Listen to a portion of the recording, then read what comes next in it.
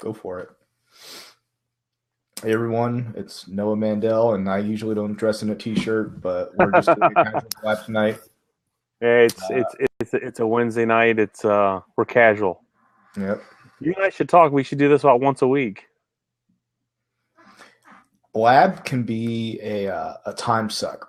Sometimes, like when you're bored, it's almost like when you watch YouTube, right? Like you see one video and then you see another interesting one, and then all of a sudden, it's like 6 hours later. Someone was jumping around.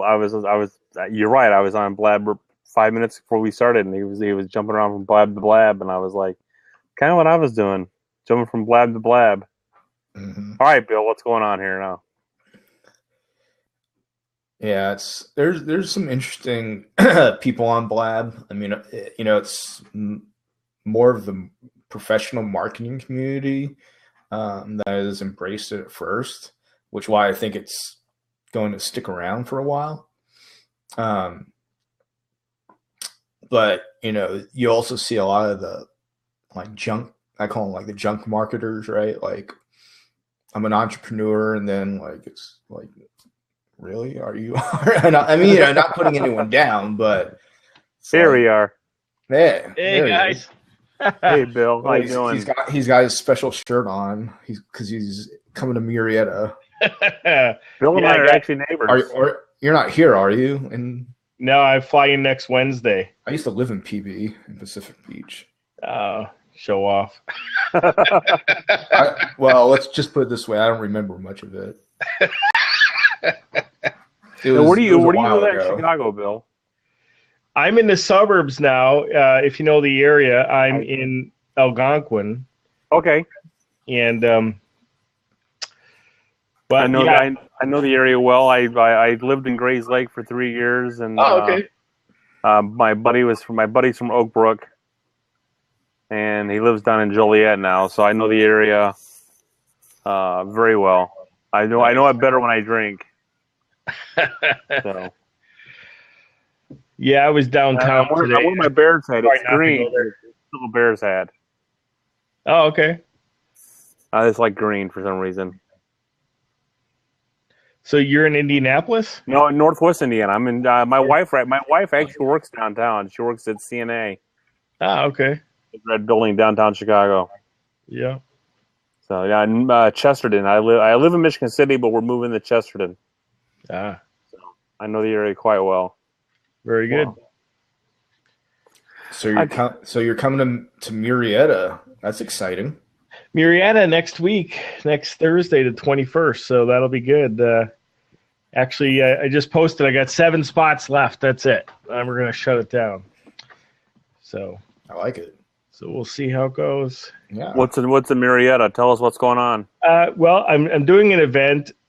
I was coming in for another event in LA, and I decided last year that every time I go anywhere for anything, I'm going to do an event of my own too.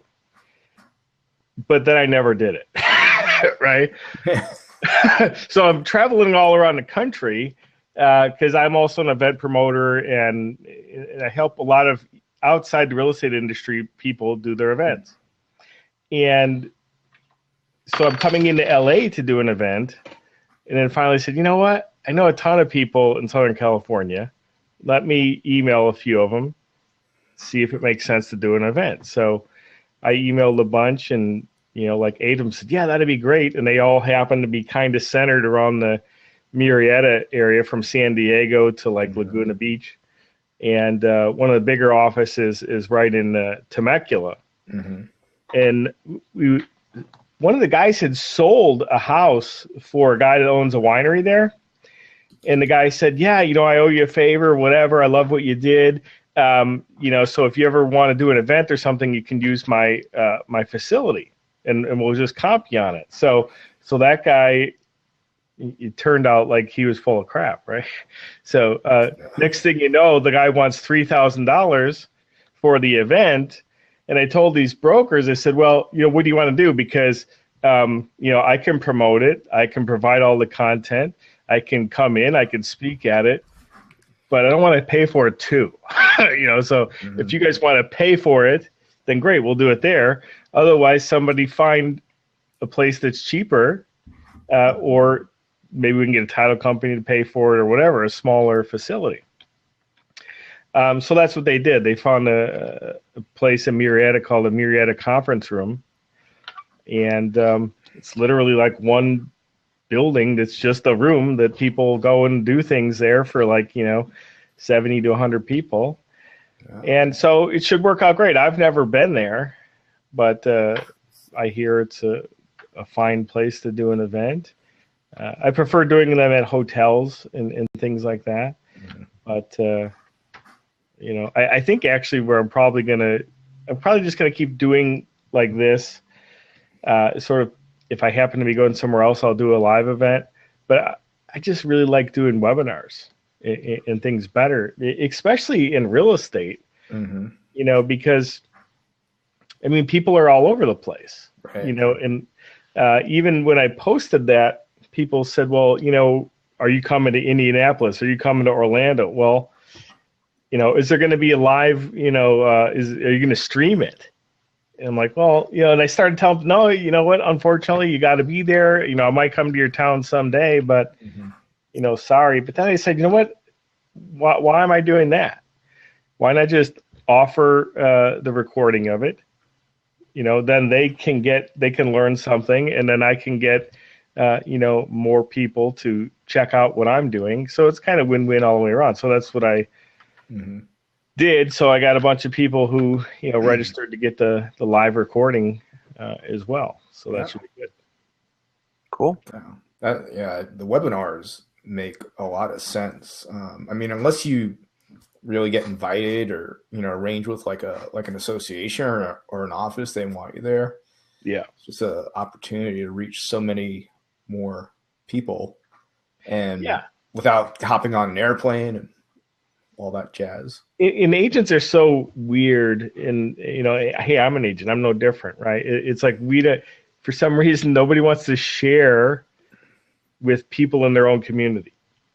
Mm-hmm. Like, people are real big to go on these groups and offer all this advice. But, if someone in their office needs help,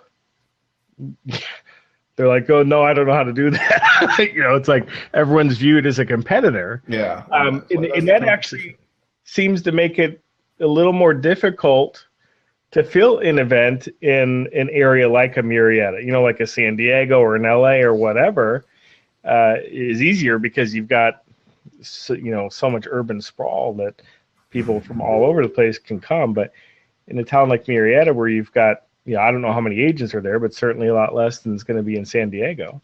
Yeah, but you're right in the middle. Like, Murrieta is good because you'll get the San Diego and you'll get like the Riverside. It's sort of central, so it's not like in the most populated area, but it's a place where everyone knows where it is because there's a lot of. We hold some events at the Pechanga Resort out there. Oh, so yeah, the Indian Casino. They have some facilities. A lot of people do that. Just it's just central and it's easy. And if you do it like in downtown San Diego or central San Diego or central LA, it's pain in the butt. Yeah, there's no place to park. It's in the middle of downtown. It's a mess. Exactly. It's like here, if we have an event in South Bend, and we're not going to get agents out of my area to go to South Bend. If we do it in our area, we're not going to get agents from South Bend to go here. If we do an event in Chicago, we're not going to get agents out of my area to go to Chicago. Yep. Mm-hmm. I'm the oddball because I'll go to all three areas because one, I'm not afraid to drive. Yeah. So I'll go to. I went to Explode this year. Up north of Schaumburg, and I went so. There's just a few. And I was the only Northwestern agent up there at the time. Mm-hmm. So, I've done a few events in Vegas, and that's not too difficult to get people to fly into Vegas. Yep. Then I thought to myself, people are spending $3,000, to attend my event. I did a 2-day boot camp, and I'm charging them $500, but they're putting out $3,000, minimum, depending on how much they lose at the tables. And then they're not focused. It's like Vegas is just a horrible place. They're hungover. Yeah, exactly. They come to your event.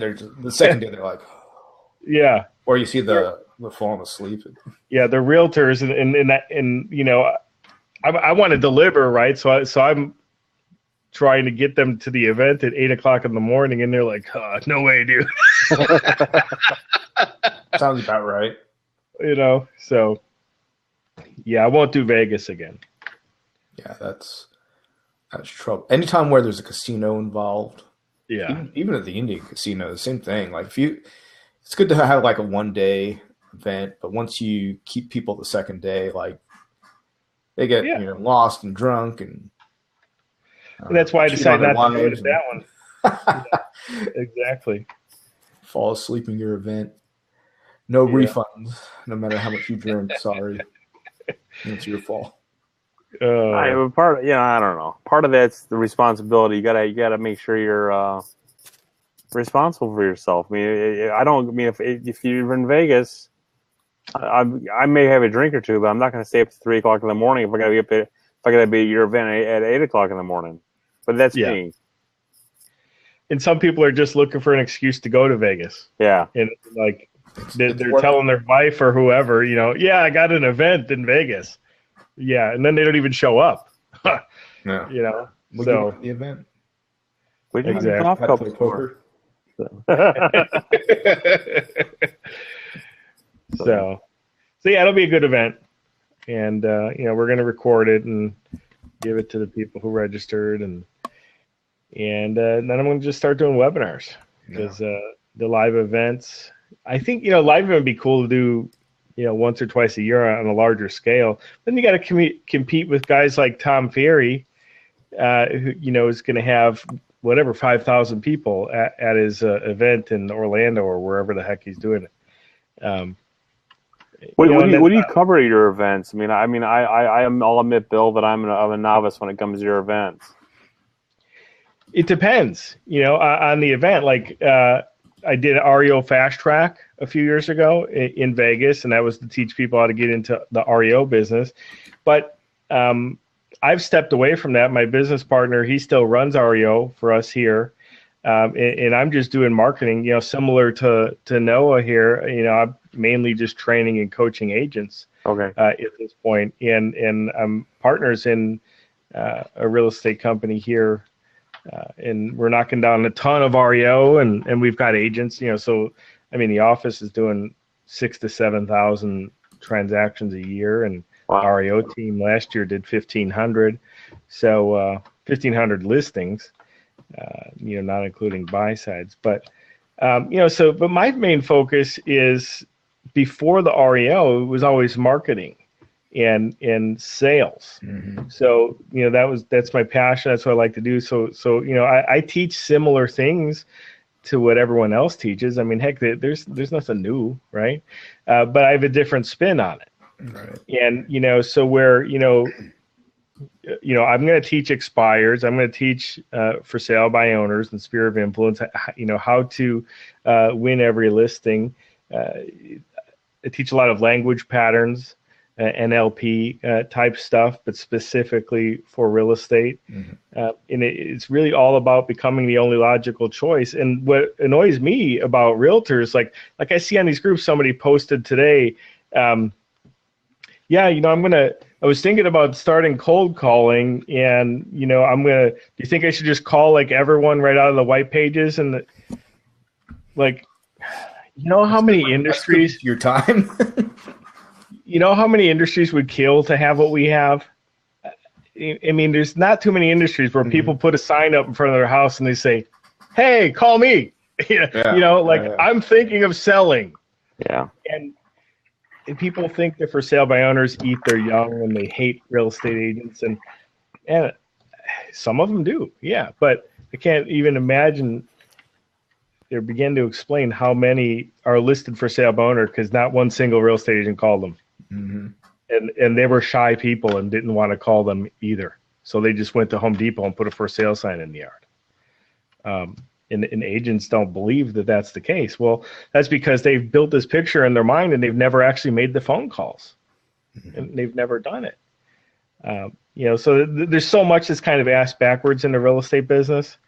Little things like I see all the time people will post, don't you hate agents that never answer their phone? Well, coincidentally, those are the guys making all the money, because if you're answering your phone for every stupid question all day long, the way I look at it is I'm a big Dan Kennedy student too. I've been studying with him for 25 years, and I think I learned this from him. It's like, if you think of yourself as a service professional, then it's like that. What goes along with that is servitude, and then who's in control? The customer's in control. Anytime the customer's in control, you have a failing business model. You have to set yourself up as, look, I'm the expert. I'm the person who you want to get the results that you're looking for. Do you want a brain surgeon that's going to say, hey, Bill, how do you think I should do this? Or the one that's going to tell you exactly how it's going to be done. Right. And we as an industry don't have the guts to do that.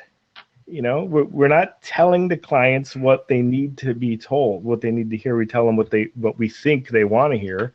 But the truth is, none of us are mind readers, and we have no idea what they want to hear. So it's like most agents don't have a traditional marketing background where they're trained to do the consultative, sale and close somebody. I mean, they think it's just going to be, oh, we're going to go in, shake hands. No, you have to control the sale. You have to position yourself as the expert, and I'm going to tell you how to, this is going to go. And people listen a lot. Agents think, oh, I'm going to piss the customer off, and I'm not saying don't be polite, but you have to be assertive. You have to say, this is my business, and this is how. You're going to get the most out of your house. Do this, this, and this, or we're going to do this. Yep. Yeah, we had an agent yesterday on our local board. She was asking how many times last year did someone else lose a deal to a lender? I'm like, what do you mean? She goes, at least once or twice a month. She's talking to a client that she gets off Zillow or wherever, and they've already have a lender. Or she's trying to get them pre-approved, and it's, well, I already have a lender. So they're going back to their lender, and they're telling them to call another. Their lender is telling them to call another agent. She's losing 1 to 2 deals a month because of that. I'm like, you need to control that lead from the start. They need to call your lender, one of your 3 lenders, or your lender needs to call them right away, because that 1 or 2 deals. I mean, I looked at her numbers. She's about $1.5 million behind me. I mean, if that's happening to you once or twice a month, that's an extra $1 million a year, or that's another $50,000 in GCI that you're losing out on. Right. And she's just not controlling it. Like a mortgage lender, like on call, right? It's not. They don't have like, oh, let me look at my Rolodex for my mortgage specialist. And I've got 2. I mean, if these guys, I told them, if you guys can't call within 5 minutes, you got to call me. You got to let me know, because these guys, because we got to get going. I got too big of a goal this year for you guys not to be calling these guys right away. So yeah, I mean, that lady has to tell her client when she gets off the phone with them. I hope she's getting off the phone and not just emailing back and forth. All right, well, this is what's going to happen. My lender's going to call you within the next 15 minutes. He's going to get all your information, and then what time is good to meet, tomorrow or whatnot, assuming everything gets pre-approved. So I mean, that's set the appointment, get the process going, and go. Or find out who their lender is, and then call that lender immediately. And say, hey, they're going to be calling you. Don't tell them to go anyplace else. That also illustrates the importance of having a buyer's agency agreement. Mm-hmm. Yeah. I think it's ABR who says that 9 out of 10 people who don't sign a buyer's agency agreement are going to screw you. That's not my number. That's, an accredited organization's number that they pull statistics. And, 9 out of 10, if you do sign one, are going to buy from you. Mm-hmm. And it's like, I don't have a problem if somebody wants to fire me, because that's sometimes more valuable than closing a deal, because you can learn where you're screwing up in your business. But it's like, I just don't know why agents will work with a buyer without a buyer's agency agreement. I mean, we wouldn't list a house without one. Because they have these preconceived, like, agents. There's a lot of agents that have this, walk on glass or walk on eggshells mindset. Like, ooh, I don't want to piss them off if I say this, or I don't want. I mean, you hand them.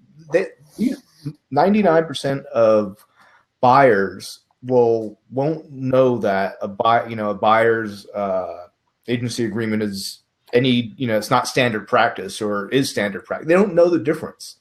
If you're their agent and say, all right, let's get the process started first. You have to sign this and sign that. That's fine. I mean, you tell them what it is, but it's not that much out of the norm. Exactly. And in most states that I'm aware of, it's actually required by law, but it's not enforced. So. I mean, I'll tell you, it's not common practice in here. It's not common practice in Indiana. It's not common practice anywhere. Like in the state of Illinois, it's absolutely the law that you must have every buyer sign the buyer's agency agreement. No one does it. My agents do it because, I make them do it. And maybe if they don't get paid, right? They get fired is what they get. If they close a deal and they didn't have an agreement, go work for someone else if you can't do it right. I don't care. I don't need every agent in town to work for me. If you want to be a professional and never get sued and make all kinds of money, this is how you do it. You want to be, half-assed. Well, there's plenty of brokerages that'll hire those guys. Go work for one of them. Slow down my competition a little more. Michael, looks like you need to turn your camera around. Yeah, trying to figure this out. Are you on your phone or your computer? No, I got 3 screens going here, and I can't figure. And I got 3 different cameras, and I'm trying to figure out the settings to get to the right camera here. So sorry about that. You're fine. Yeah, I had the same problem. All right, which web browser are you? Oh, is that Hellickson? It is. What's up, brother? What's up, man? Happy birthday! Thank you. Yeah, it's nice to be 21 again, isn't it? 20, yeah, man, I wish. 29's good. I could deal with that. After that, it's all downhill. No doubt. I just had one. Yeah, I think so. Blab is. I think you control the camera like in your browser settings.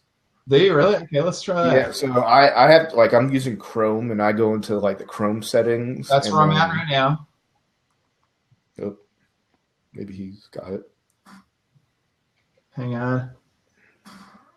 Send Chrome. Yeah, that's exactly what I'm trying to do. Yeah, so if you go to Chrome, go to settings, and then just type it where it says search up on there's a little search box. Just type in CAM, and it'll highlight where to go to choose your camera. You're my pay grade. I'm just on an Apple. It's pointing right at me. There's no choice but to point at me. Well, no, I'm on a Mac also, but with Blab, since it's running runs from your browser. Somehow it's just the browser that chooses the video source, not it's not like Google Hangouts where you drop down and choose the deal. The problem I had, and I don't know if this is your problem, Michael, is I was using my Logitech controller and it caused a conflict. Yeah. So I had to turn off the Logitech controller and just allow Blab to do whatever it felt like doing. Yeah, I think that's my issue. I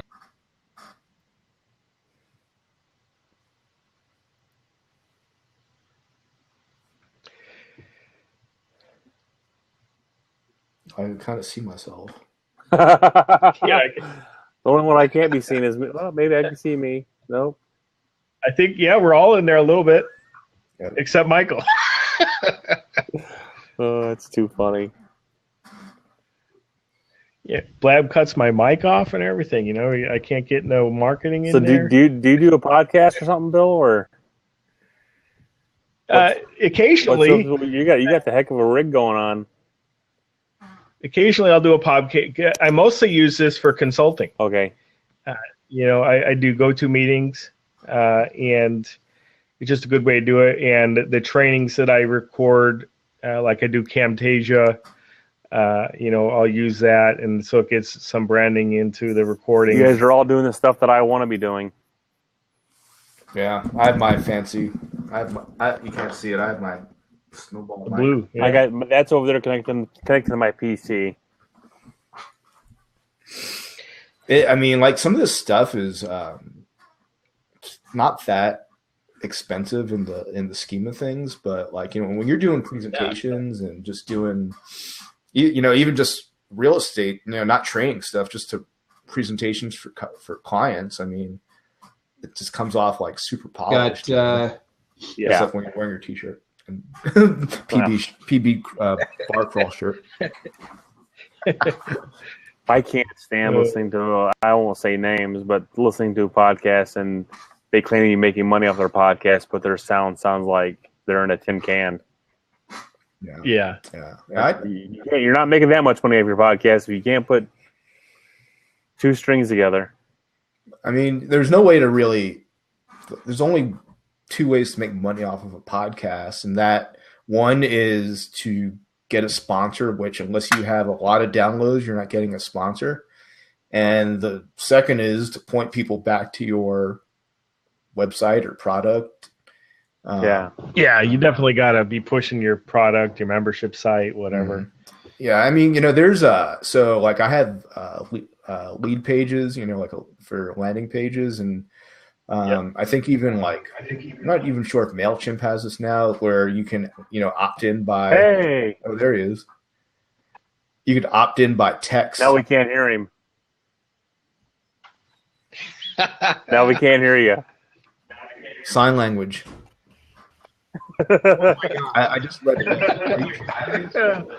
Freaking Chrome sucks. Oh, now we hear you, but now it's got an echo. Oh my God. Put some headphones on. That might help it. Oh, now he left. Now Michael Hellickson is going to do our technical segment. Yeah, but anyways, on podcasts, you could just have them go to. You could have a URL, or just have them text. Agent to 34222 and get your little opt in. You'll capture their email address. Give them a little lead magnet. Can we hear you? I don't know. Can you? Is it working now? I hear you now. It's working. Yeah, unbelievable. Check it out. And if you could see me, that'd be kind of cool too. It looks like I'm in the. We see you. It's all dark. I can see you. Nice to meet you. Love it. I'm Michael. Yeah, nice to meet you guys as well. So, I keep seeing you guys on some of the the groups out there, and you guys seem to be pretty active on the group. So good for you guys. You guys are doing real well with it. Thank you. Yeah, it passes the time, Between working. I hear you. So Bill, what's going on? So you got an event coming up? That's awesome. Yeah, do an event in Marietta. I was telling these guys, I don't know if you were listening in then, but I help other people put on events outside the real estate industry. And I've been telling myself for last year that whenever I come into a major city, I'm going to do an event of my own, because I know agents all across the country. Well, so I've kept telling myself that, but I didn't do it. So this time I'm like, I'm doing it. Sent out an email to a few brokers, decided on the Temecula, Marietta area. And, so now it's next Thursday. You're doing just a single event. You've got brokers inviting people to it. Yeah. Yeah, it's just going to be a couple hours. And, I'll give them some content. And if they like it, great. And if they don't like it, that's okay too. But I'm sure they'll like it. They'll like it. It's going to be good stuff. Awesome. And they'll all get a lot out of it. Good for you, man. Good for you. Are you charging for the event, or are you doing a free one, or what are you doing? Good for you. We're losing him. Is it losing me or losing you guys? Seems like we're losing everybody a little bit. Free event, or are you charging for it? Okay. It's just a free event. Yeah, it's a free event. So right now, there's I'll check the site. We'll see how many we got. We're at it's at 101. So I told these guys at the beginning, I think we had 93, and I was going to shut it off at 100. So good for you. So we're good. Awesome.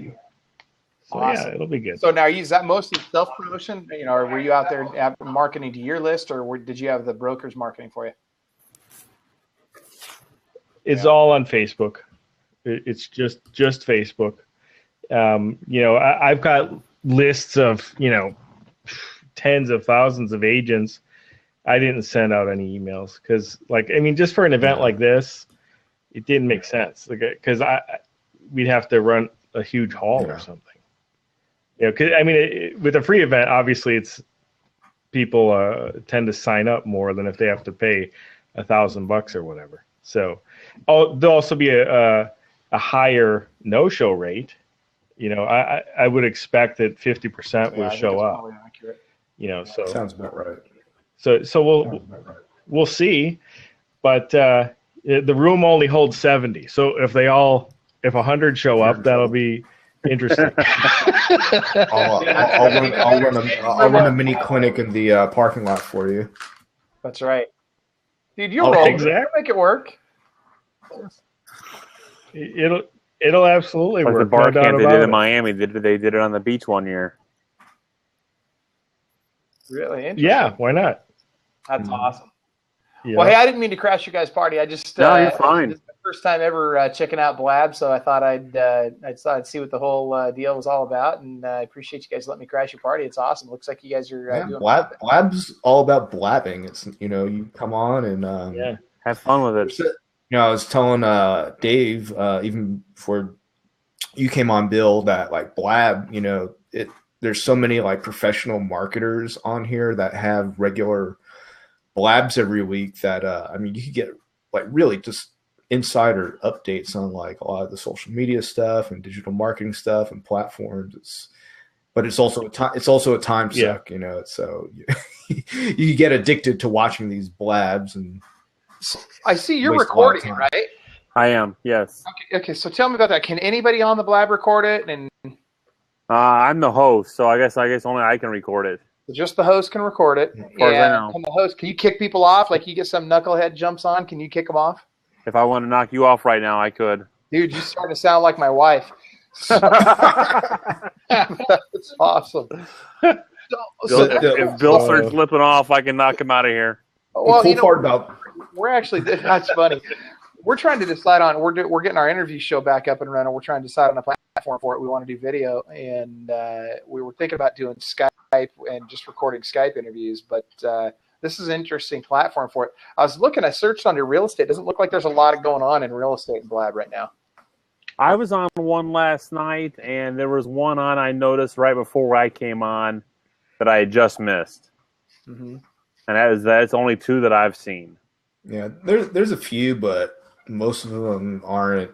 There's one that I think a lender kind of hosts every week. I forget his name, and he usually has an agent or two on. But what I was going to say is the cool part is if you schedule your own Blab, you can embed it on your website, almost just like a YouTube video. It gives you a little iframe. So instead of pointing people to Blab, you could point people to the page on your website where it's embedded. Oh. Okay, and you so can have now that's interesting. Right below the Blab window. Yeah, so right below the Blab window, you could have an opt-in button or a buy button or whatnot. Oh, see, I'm talking my language. All right, so if I put them in, I don't sell product, but or whatever, yeah, be embedding it on the website. What the? Oh my gosh, that was loud. Did you guys hear that? Oh my gosh, yeah, that just destroyed my eardrums. So what I like is the whole embedding it on the website thing. That sounds really nice. I like that. But what I'm curious is, can they opt in to be a part of the Blab? So, example, if I'm hosting a weekly show and I want my guest to be able to just go to the website, click a button, and he's live with me. Will that work, or does he have to be on Blab? Yeah, so what happens is you schedule it. Once you schedule it, it gives you a URL. Then whoever you want to be a co-host or share the thing with, you send them that link, they subscribe, and then you see there's a little G next to your name up on the top where your name is. Yeah. And then next to Dave, it says H. Well, Dave can click on our G's and turn them into H. So you can make someone a co-host. And then you could also lock seats. So if Dave wants to, he could just host the Blab himself. He could lock our seats. So he could have up to 4 people, but he doesn't have to have 4 people. Okay. And once you finish the Blab, about 15 minutes later, you get an email with a link to download the MP4, and you get also a link to download just the audio, the MP3. So a lot of people are actually doing podcasts on Blab, and then just downloading the MP3 and uploading it to their podcast host.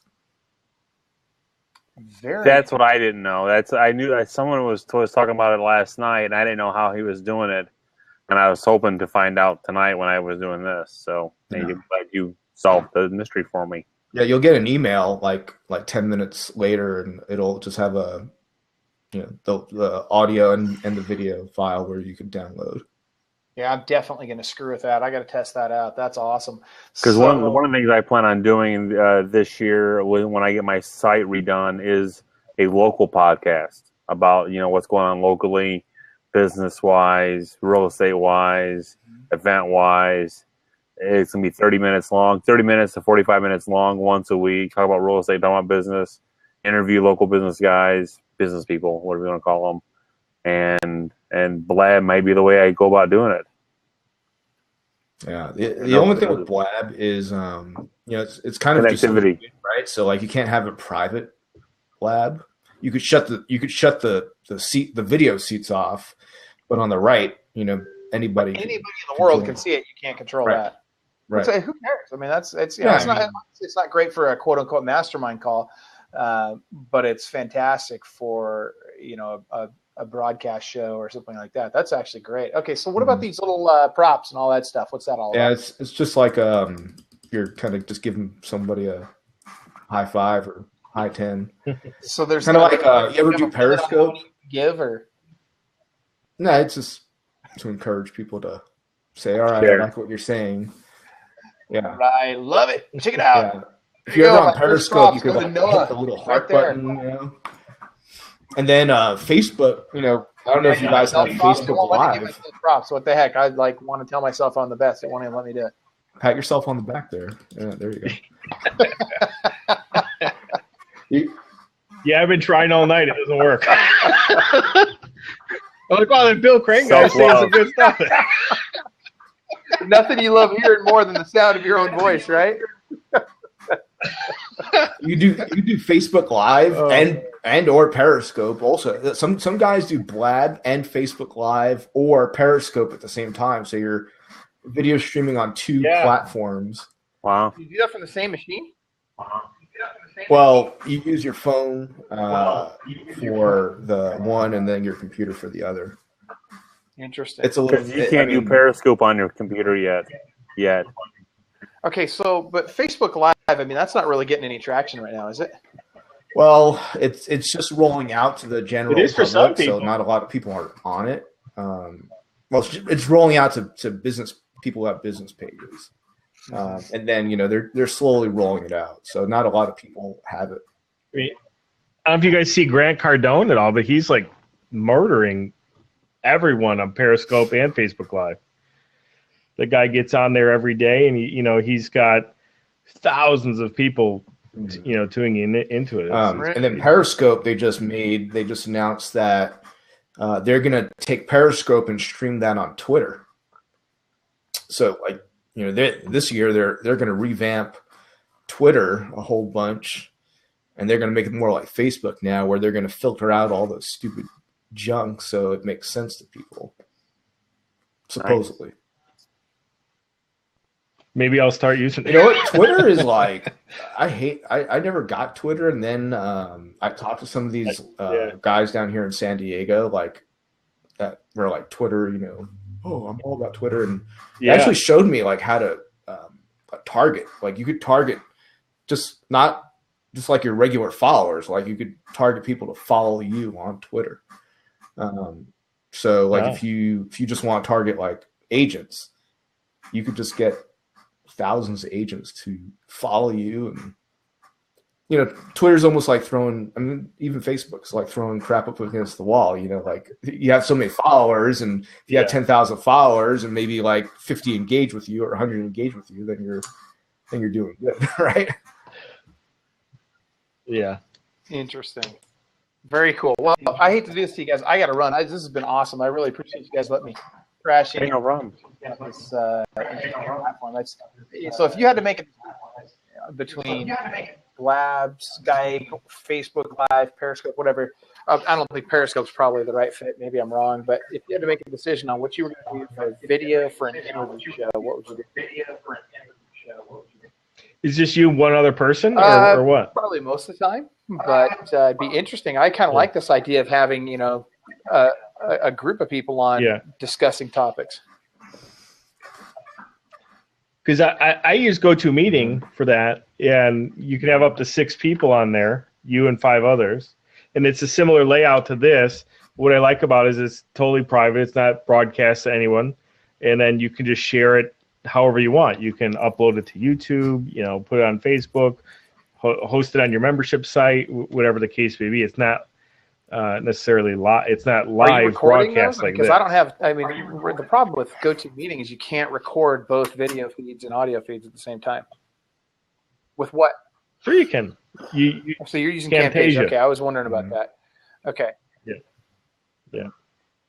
And here's a hint. It'll save you $130 since you do teach people, right? So you just say you're an educator. They don't. Yeah, they don't ask for verification or anything. I mean, is that on most platforms, but Camtasia in particular. Tell Camtasia I'm an educator, and they'll and they'll believe me. Which I'm not even sure I believe me quite yet on that one, but. Well, it says on your shirt that you're a coach, so you're probably teaching somebody something. Nice. That's funny. Well, shoot. You know, so you're saying if you were doing an interview show, you would do it with just GoToWebinar and Camtasia, call it good. Yeah. I mean, that's what I would do because I don't want to do it live, you know. Because I want to have a specific agenda. In like this Blab, you know, like everyone goes off on a tangent, you know. So for the interview show, just like Barbara Walters or any other show you see, you know, you've got an agenda, and you're going to go off script occasionally. Well, you can cut that out. And on Blab, also, like on the right over here, like if you have a full room, people start asking questions and chiming in, and it's like more. I think it's more meant to be like interactive. Well, that's kind of what I'm wondering. I mean, do you think there's value in that, though? I mean, if I'm doing the show at the same time every week, we're letting people join in, we're recording the episodes, throwing them in. I'd be interested to see, Dave. Are you going to post the recording of this so we can? Yeah, I'm probably going to post it on the. I'm going to probably post it on the Owl page, the Out of the Box page. Tag me. I'll probably post it on my blog. What it looks like as a recorded version. I will do.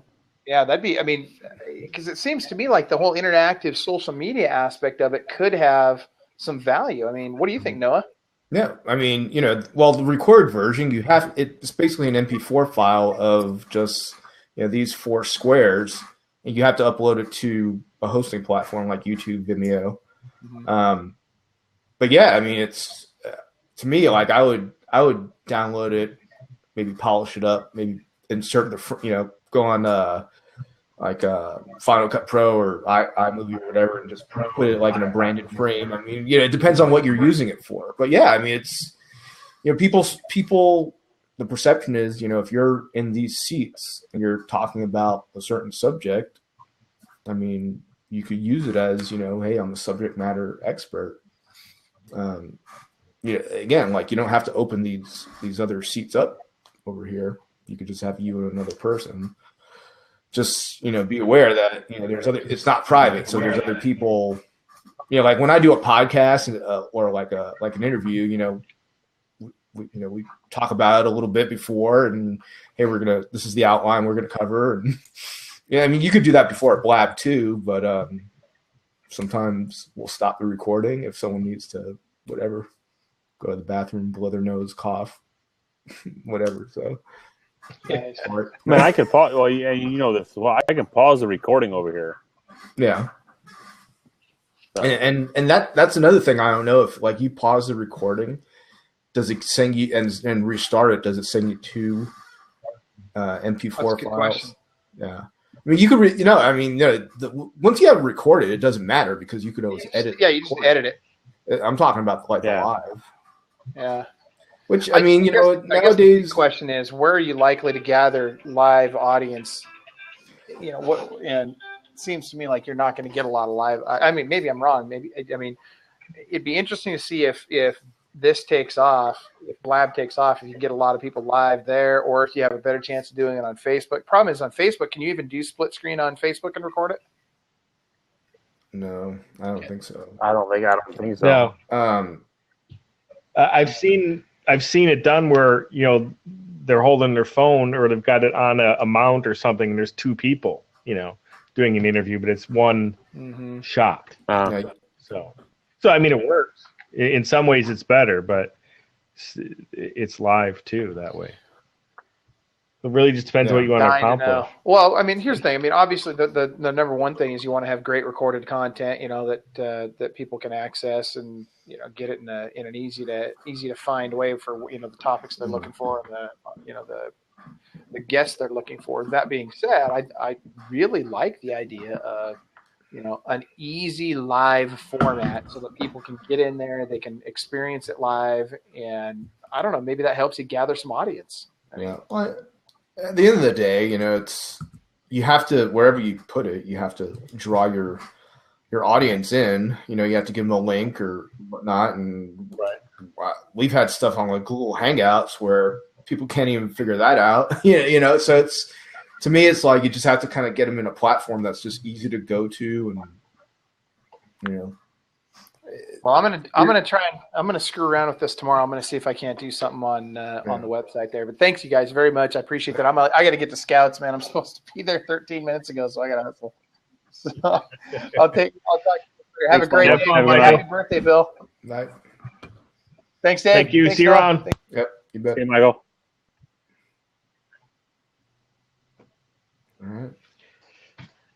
All right. So how do you tell on this thing, like, how many people, like, does it say how many people are on somewhere? Well, up here at the top, I see 30 things. Is that 30 people watching? 30 people total have been here. Okay, I clicked on it. It says 30 have watched, or there were 30 viewers. There's 6 on right now. And we're part of the 6. Yeah, I've had as many as like 80. So all but 3 people said these guys. Oh, the problem is the title. The title is real estate, and probably 90% of the people on here are like, "That's boring," Oh, yeah, it's so funny. Like, if you use Facebook logic, do a blab of some, hot girl eating dinner, and like there'll be 5 million, viewers or whatever. Post a cure for cancer, 2 people like it. This is my sick dog. So, she went to the vet today and she got shot, so she's not feeling good. So she's a Shijan, Shih Tzu Bichon. Okay, we have a Shih Tzu. They're also called a teddy bear breed. Hey, goodbye. Yep. As my daughter. So my office is in the basement. I have no privacy. I always have to tell my wife that I'm talking to a bunch of dudes, not video conversing with sex slaves or anything like that. It sounds hideous. Of course, he's a guy. Well, guys, yeah, Well, I was about to guys. say, why don't we wrap it up? And Let's wrap it up. Good deal. thanks for we should think about doing this on a weekly basis or monthly basis for out of the box. Yeah, I think if we schedule it a little more in advance and then kind of maybe do a little like Have a platform. official post about it to say, hey, just a reminder, kind of nudge people a couple of times, they'll show up. If you build it, they will come. Absolutely. And promote. Bill, it was nice meeting you face to face. Have we ever met face to face or not? I don't know. Maybe. I go do. to a lot of conferences. Were you at Ben? You probably weren't at Ben Kinney's thing. So, were you at Explode this year or not? Okay. No. I mean, I go to a lot of outside the industry conferences, like Dan Kennedy and stuff like that, and also, of course, I've been to a ton of REO conferences and the NAR conference, and I usually go to all the franchise conferences, Remax, Coldwell Banker, Keller Williams. Yeah. Well, the next time I'm in Chicago, I'll next time I'm in your neck of the woods, I'll stop over. It's networking. I appreciate it. It was nice meeting you guys, and you guys will talk. And I'll talk soon. All right, see you around. Have fun. Yep. Bye.